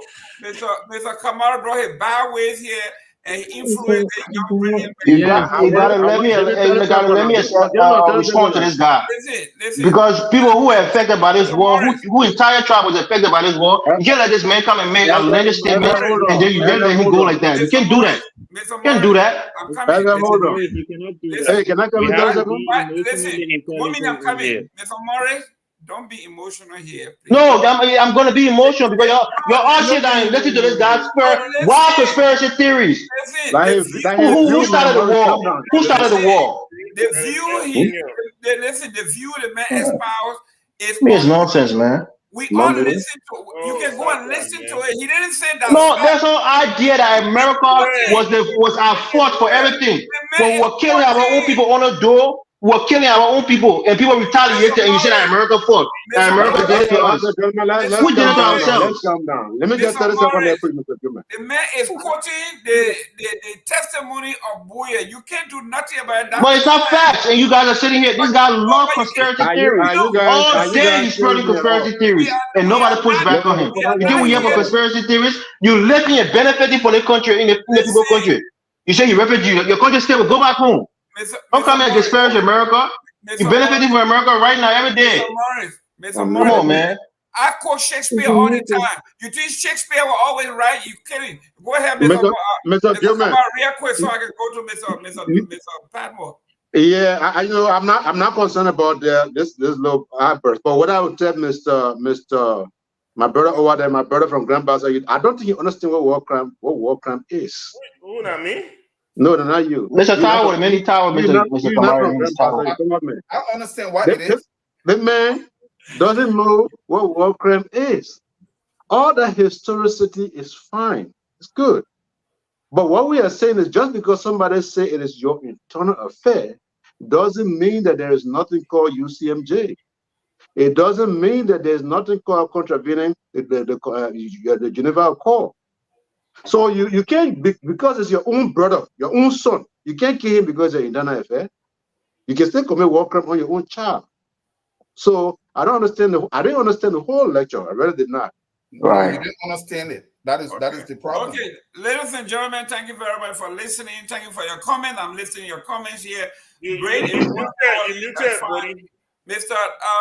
Padmore. Sorry, I was talking. Let me just say something quickly. I beg you, and I apologize for interrupting. I'm really sorry, guys. There's a couple of things here, right? What Mr. Tao has said, right, is not an opinion. People who went to the TRC, those who the TRC invited as people with knowledge of the crimes that were committed, said these things, right? It's like calling a witness to court and the witness says something. You can disagree with the witness, but that's what the witness said they saw. That's what the witness said. That you can't tell the person, oh, what you saw, you didn't see. No, that's what they said they saw. And not only that, but if you read the TRC report, and I will encourage everybody to do that, I think it's section 10.1 or something like that, where Councillor Verdia states very clearly, and I will find a quote because I used it in my article. He said, actions and or inactions by the United States has always had detrimental impact for the Liberian people, right? That's a fact. The lawyer that we, the Liberian people, hire to lead this thing said, when the American doesn't negate war crime. The point is war crime. you're Mr. interrupting me, Kamal, we're not please. talking about war crime here. We're talking about quotation. We're not talking about war crime. Go ahead. We're trying to state facts. When American people act, Liberian people can suffer. When American people not act, Liberian people can suffer. That's what the lawyer said. It's there. They see American people not read that thing there. The fact that I live in the United Kingdom. There are a lot of things about this society that I disagree with, and I speak out against it. Because they allow me here as a refugee, they give me a place to stay and allow me to go to university and get an education. I can make an income. Does not mean that I don't have an opinion on things that I believe to be wrong. So if Mr. Tower is saying that, look, these things that the Americans did are not right, you can start shouting at him and go and outburst, my brother. We have to control our emotions, right? We can disagree, and we'll always disagree. I disagree with you all the time. But to outburst like that, my brother, I beg you, we can't go down that route. Thank you. Thank you. Mr. Padmore, let's start with number 4. Okay. The Civil Service Association in Liberia are now clamoring. Mr. Gamer, before we move on to that point, please, there's something I have to say. I'm sorry, Mr. Padmore. Mr. Buyo's account of what transpired is not the most credible account available. That's not what we are saying. No, that's what we're talking about. Credibility matters. You can't quote opinions as facts. You can't. He didn't say it was fact. He is quoting the TRC report. But listen, Jerome. He didn't say Buya was a biased man. He said this is what he said. Jerome, you are an academic. You are told not to quote Wikipedia because some of the information in Wikipedia is faulty. No, they ask you to cite your citation. You cannot quote if it's a statement that we know is. The man went to college in the 70s. You don't know about so what the narrative that Buya put out there, most of it is flawed, and people know that. And that's so I think Mr. Morris on this occasion, I would not agree with the way he's presenting it. His observation is quite in place. I don't think Buya is kind of souls who want to come and quote on this network. But listen, people quote Hitler. Buya was invited to the TRC. He was. I understand that, but I'm saying to you, it's not incredible enough to invite him. So everybody that went to the TRC is credible? Exactly. The TRC tool is credible enough to invite them. Mr. Padmore. No. We have the Civil Service Association of the Republic of Liberia. They are now taking President Boakai to task. They want him because during the election, you heard people say, you harmonize my pay, I will harmonize your vote. Joseph Boakai told them, when I get elected, I'm going to go back to status quo. Everybody's going to make what they were making. Now that the election is over, the Civil Service Agency now, Civil Service, the union saying, Mr. Boakai, it's been 5 months, 6 months, 7 months since you got elected. We want the harmonization to be abolished, as you said you would, so we can begin to get our pay. Mr. Padmore. Thank you so much. Thank you so much. I think I'm going to come up over. So I'm going to be arguing on your Saturday. Yeah. Let me tell you. Let me tell you. Look, here's the thing here. Already no money. There's no money. The salary consumes a huge part of the budget. Right now, based on the recommendations of the IMF, Joseph Boakai cannot take away harmonization because the IMF will kick them out of the program because it will take them above the percentage that it's supposed to have for salaries and benefits. So once again, we'll see another lie told by a Unity Party and Joseph Boakai to get elected. They should have told the people the truth from the beginning and said we cannot do that. Jaha, they cannot take away free tuition from LU right now. Jaha, they are going to pay wire fees. All these things that they condemn George Weah for, they are going to supply those things because they know they can't do it. You know, it's dishonest. That's what it is. It's dishonesty, and it's not campaign rhetoric. You're not supposed to lie during campaign. You can look, you can embellish the truth. You can make things sound a little more flowery than it really is. When you say, "Oh, I will do a $1 billion budget the first year," and you do 800, 850, you try. Say, okay. But when you say we'll take away harmonization, knowing very well you can't do it, that's being dishonest. You know, and it's sad because they are already in power. They have won. And like Brempo can't really do anything to them. But these people will find out they'll find out the truth, which is harmonization is yet to stay for a long time. For a very long time, harmonization will be part of the Liberian civil service experience. Thank you. Mr. Nangbe, the harmonization, as you know, it was a condition by the IMF and the World Bank that for us to supply, for us to help you, for us to do things, you have to do, there are certain standards you have to meet. These exorbitant salaries, $30,000 per month, $40,000 a month, when you are paying $75 to the regular person, make no sense. We can no longer afford to do this. You have to get into some kind of program where we will have some oversight. And that was the condition under which the CDC went into the salary harmonization. Under the salary harmonization were two parts. One is what we call salary and pay grade, which we have all over in the world. That if you are a first year engineer and you get into the Department of Civil Service or into public works, this is why you're going to be with 1 year experience, and subsequently you get paid based on the number. Ain't know what it means. Listen. The guy got to lecture you what it means. Ask a question, my man. Okay, the question is, Mr. Kamara, don't come back on the show anymore. You Mr. Feder Nangbe, go ahead. Jerome, Kamara is telling you, I'm not baby. I'm baby. Nangbe not baby. But listen, I think what this government is trying to do is to save money, and I think their heart is in the right place. But I think the way they're going about it is what is giving them the headache. You know, look, Amara Kone again, for instance, he said in the write-up his stay home pay, his net is over $7,000, right? So if this government is really trying to save money, this is where they will look, right? You know, you come to somebody who's making $150, $200 a month, you know, $500, whatever it is, you know, and you want to apply, you know, an across the board harmonization. You know, it's always the little man that suffers. So I think what these people are saying is, you know, if I was earning $400 a month, you know, and I was whatever the harmonization did to them, I think they should snap back into place. I think they can do it if they can find other means to save on the expenditure on salary. I think this is where they need to focus.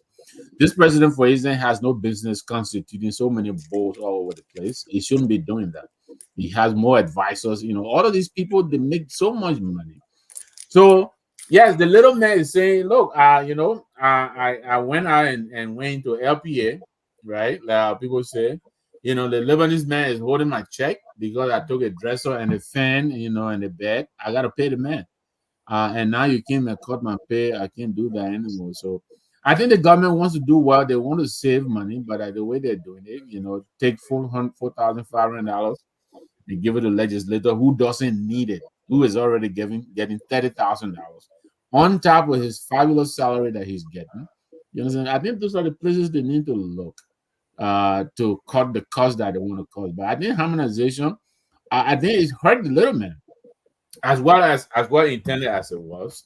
I think where they're looking for the savings is in the wrong place. They should go back and look to the right places for the savings. Start with the legislature, for instance.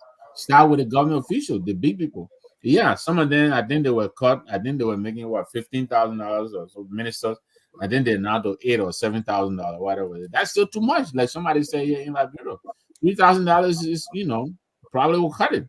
So, you know, I think the harmonization, I think is well intentioned, but I think it needs to be re-engineered so that you know it achieves the right effect. Thank you, Mr. Kamara. Yeah. If we were talking about the budget being tight, and the civil servants are talking about they just rescind the harmonization law. They are not administrators. They don't know how it came about and who is doing this. You don't think the $52 million that is in the presidential budget as slush fund for Joseph Boakai to play in, you don't think it would be a good place to start? I think, oh my God, they got too funny. Anyway,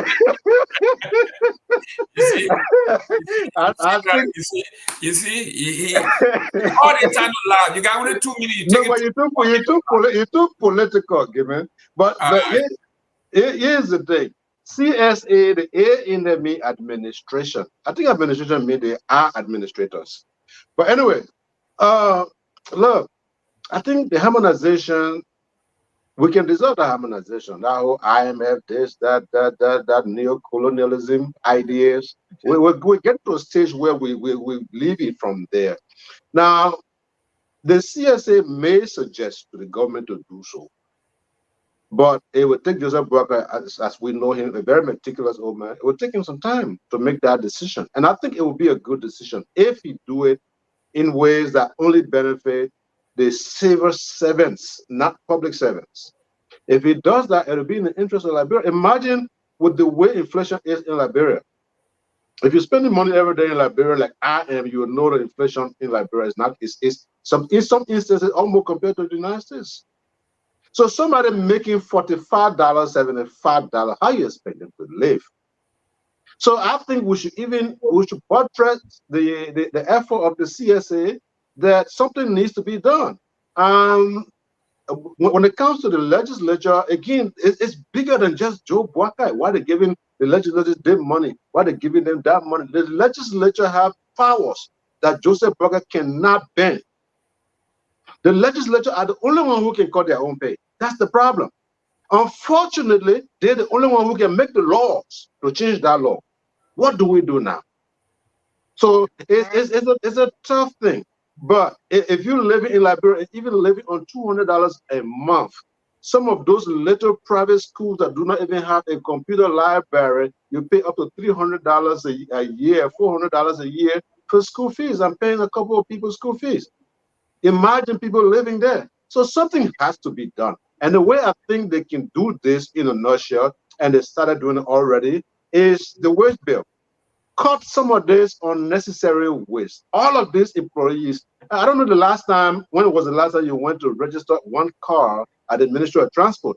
The workers from the Ministry of Transport are lined up on the street all the way entering into the building. You cannot enter the building. You have to talk to somebody outside. They take your paper and go in and do for you. You will not see one office at the Ministry of Transport when you go to register a vehicle. What are all those people doing there? That's redundancy. So you can do that, get money from that, and put it somewhere else. Apply to some of those people. And I would be very happy if the president can put his foot down to an extent, but I know it will not be done right now, because right now he just started. But all of the gas slips that go to these representatives, lawmakers, sometimes up to $2,000 a month. I don't think that's fair to the Liberian people. I don't think so. I think let me come in, please. We're running out of time, and I gotta say something. Mr. Morris, we're running out of time here, but I think Mr. Kamara has a point. We have to actually cut down waste. That $52 million is sitting right there. Mr. They got a line item in the budget called the pool. Besides the presidential $52 million, he talking about the guy want to call the pool. They just take money and put it there. Go ahead, Mr. Morris. The pool. All right. Let me first apologize for my outburst. But let me say this. This is very emotional and personal to me. And that's the reason why you see I was emotional about saying this. During the war, one group of people were demonized and vilified, and they affect us even to this very day as we stay here. Up to this day, my brother. Right. I'm a Bobo crime man. Come from the forest, so I know my people. I know how we be. We're not one group, Madingo people too. Right. Right. So when we come here and we say that Samuel Doe should be the one taking the responsibility, because he perpetrated crimes against other people and other groups, not in our name, but in the name of his power. and we felt the brunt of it. So when you are trying to, switch the blame on another country, first of all, go to France. France is even more culpable in our war than the United States because, first of all, Samuel Doe killed Tauber's son, who was married to Hufei Bonye goddaughter, Daisy Tauber. Killed him after Hufei Bonye begged him not to do so. When the embassy got that guy out and killed him. And Blaise Compaoré, who later married her, was Chancellor, the best friend in the region. So the French who supported Hufei Bonye was the one that was supporting Chancellor by the way of Burkina Faso, through Ouagadougou, through Ivory Coast, and it came through Liberia. It wasn't the United States that was putting their hand on the button. When Lerd was coming in through Guinea, which was getting support from France, when Guinea was supporting Lerd, was through France, not through the United States. So my point here is the action of a man who was trying to preserve his power and committed atrocity. He was the catalyst for the war, not the United States government. And this whole issue with harmonization, let me just touch on it before we close. Look, I think it's a good idea because it kind of deal, a blow to nepotism and cronyism. Because if somebody goes in there, we see Joseph Boakai has a pension for it. Because if somebody go in there and say, "Oh, my nephew," where your salary should be $150, you start giving the person $600 a month because it's your nephew. So it's not in harmony with the pay scale of the other people's salary. So when people are calling for the end of harmonization, we should be careful because some people will go there based on their connection will get paid way higher than the pay grade for that job. That's why I think the idea itself was good, but people are saying now it's imperialism. The IMF is imposing this on us. But again, when you go to a certain job, when you get a certain promotion, your pay scale is going to be. And if it's way below that, you're being way underpaid. If it's way above that, you're being way overpaid. So you have to have a medium of where your pay scale should be. So that's why I think the harmonization should stay. And I think President Boakai changing it will only bring more room for nepotism and people getting paid way above what they should be, being paid because of who they know in government.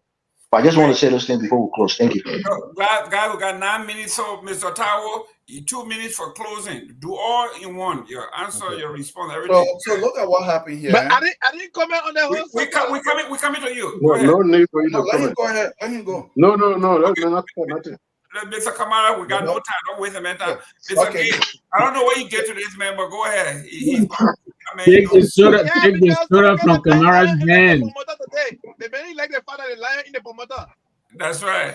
The Southeast finally beat the Southeast beat you in everything today. They suck all. So here's the thing.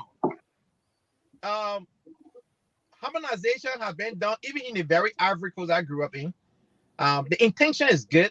It's just for the way in which it was executed in Liberia, really didn't help the purpose. But the intention is good. Now, I sat here today and said we need to fund the money. And for instance, we can use 2% sales tax on alcoholic beverage, tobacco products, just to have 2 cents on petroleum products in Liberia. Look, let's face the fact. The whole world is experiencing some kind of economic challenge. All right. We can't sit in Liberia and hope that things will be okay like the way it was 10 years ago or 5 years ago or 2 years ago. Things are changing around the world. We got to change the way we do things, and we got to approach the nation as the way the population is growing. So this population is growing, people having children, people's lives is changing, and you still want us to be having $500 million national budget. $600 million national budget. It's not going to cut it. Apart from that, we also have to be creative. The government can be giving LEC $40 million for the $2 million every year, and LEC is giving $0 back. We can't continue living this way. So guess what? Borrow money from commercial banks, help LEC distribute more power, that more people have access to the power. So when someone wants meter, it does not take 2 months for them to get a power meter, but it takes 2 weeks. They have access to the power meter, and that meter is installed, that service is running. People start stealing power. You reduce the power theft. You give people access to electricity. They will start selling like little cool way, doing little thing, and start being self-employed and start generating funds on their own. But everything, there's one government budget. How far can you stretch it? If you even try to cut lawmaker salary, how far can you stretch it? right? In fact, you are asking for something that you will not get. The lawmaker themselves will not even cut their salary. You understand? Because they themselves have created this empire that when the lawmaker comes to town, he's the king. Everybody want money from the lawmaker. Everybody. So guess what? Even their own salary was not even enough. They came out with a trick that each one of them took 30 grand home. You saw it. It happened 2 years in a row. You talking about lawmakers should cut that salary? The one that talking about cutting salary, why they can go and draft a bill and put on the floor and make the argument? They would not do it. So don't ask for something you know you will not get. But we can start from somewhere. All the great economists that we have in Liberia, they don't know how to fix our own economy. Every year IMF. Every year IMF. Why are you going to school getting PhD in economics and still cannot fix your own country economy? What's the purpose of that? Thank you. So a man like me, who does not have an economic degree, have common sense that when you apply 2% sales tax, introduce the money article, mobile money system that like M-Pesa was launched in Kenya 2007. Each person that transact that business, the money goes into an escrow account for healthcare, for the civil servants, for education, and for road rehabilitation. You can do it. Alcoholic beverage, tobacco products, and petroleum products. 2% sales tax. That's my proposal. Economist Gay. Thank you for your economic advice. 1 minute. Dr. Booty, you're closing. Thank you, Mr. Gaiman. I think a couple of things. First of all, I like the point that Mr. Morris made when he talked about President Doe being the catalyst of whatsoever. That's his view, right? And each person is entitled to the way they view the war in terms of who's responsible and who isn't. So you need to allow each person to say, I blame this person, and I blame that person, and I blame that person without outbursts and stuff. But also, thank you for apologizing. I think that was very astute, and I really appreciate that. To Mr. Kamara, look, the president can do something about reducing the salary of the legislature. If the president goes out there and make it a message, a call to action for the Liberian people to say, look, your legislators are making way more money than they should be making.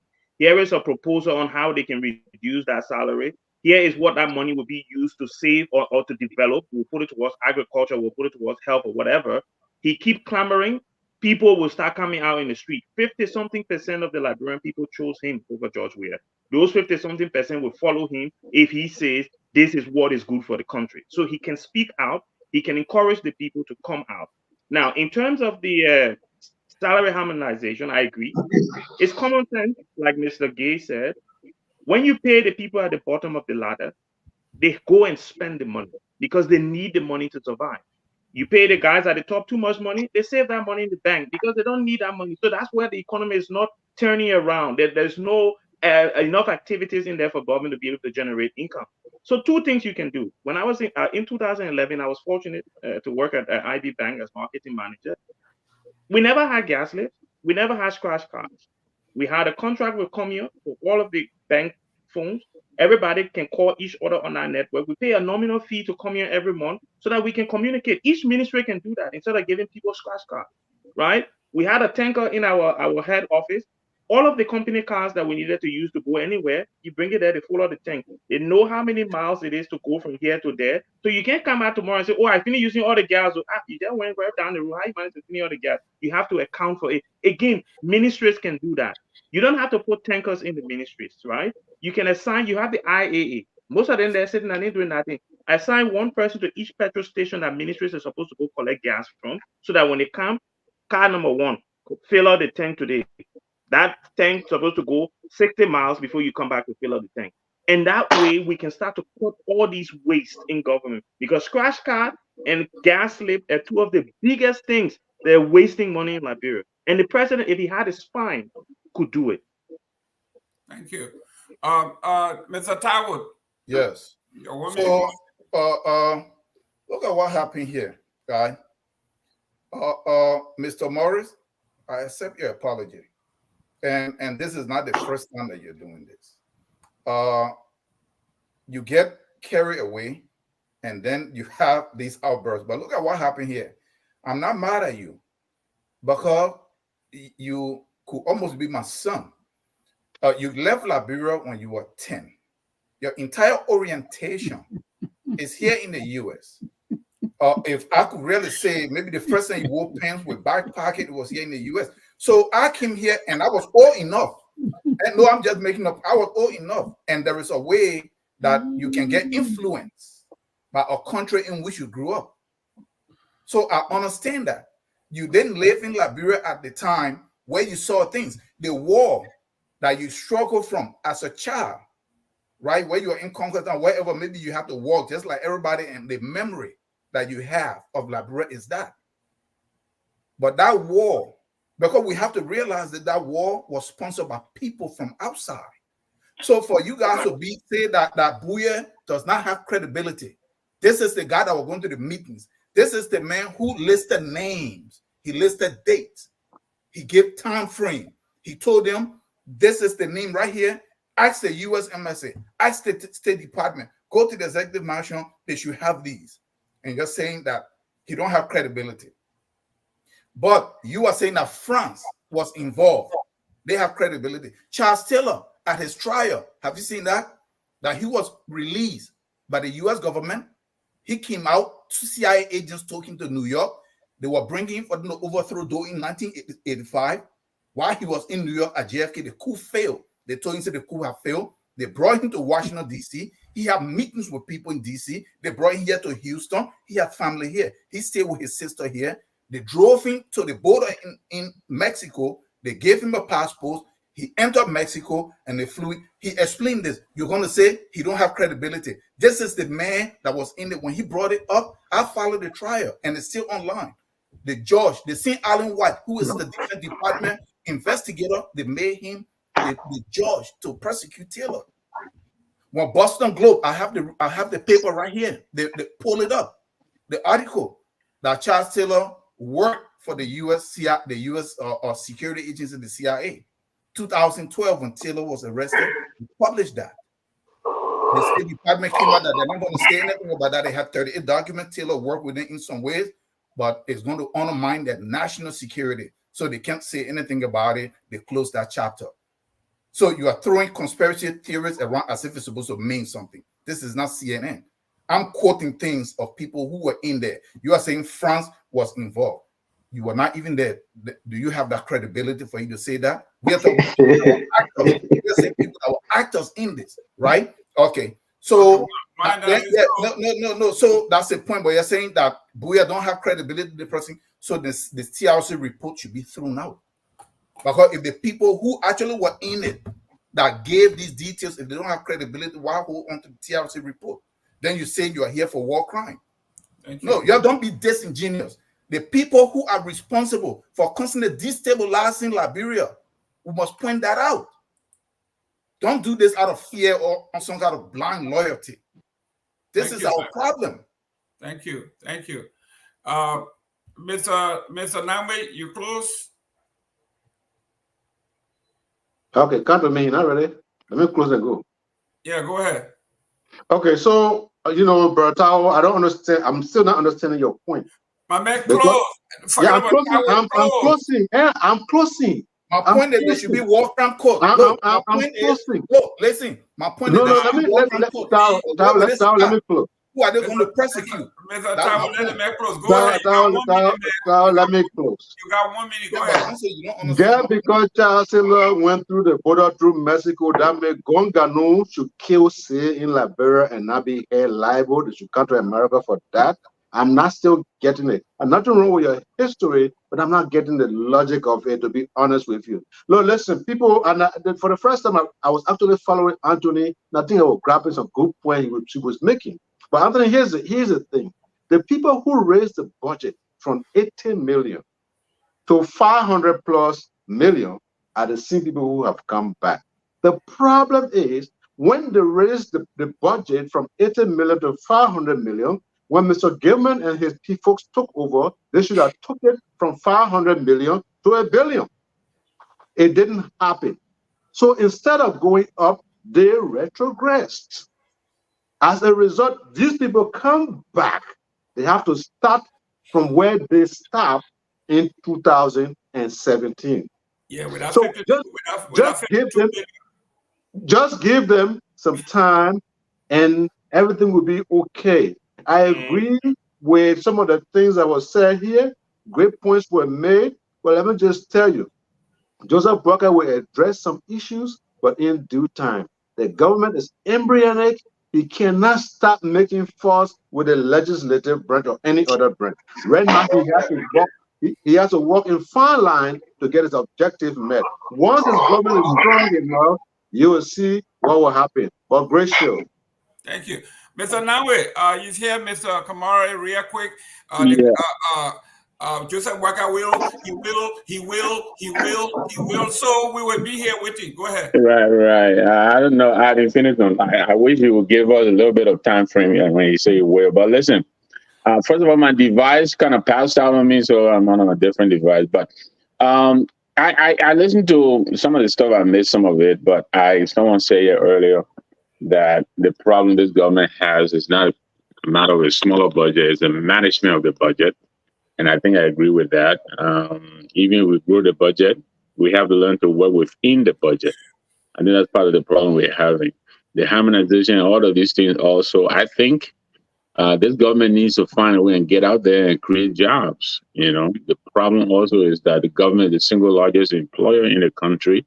And so it's very difficult. We see them trying, even the budget, all of that, they box themselves in. They need to get out of the box. So again, hopefully this president's trip outside of the country will begin to yield some results so that they can get the relief that they need. But thank you very much, gentlemen. Great show. It was great being here. Thank you. Mr. Pablo, take us out. Is that it? Okay. That's it. Look, I mean, I'm sorry I wasn't here last week, but of course, it was a great Sunday. We had great discussions. You were hanging out with some great Congo family. We all know that. Man, Sunday that what we do. Yeah. So we don't eat our game on Sunday. They eat caviar, drink Dom Perignon. Yeah. But of course it was a great show.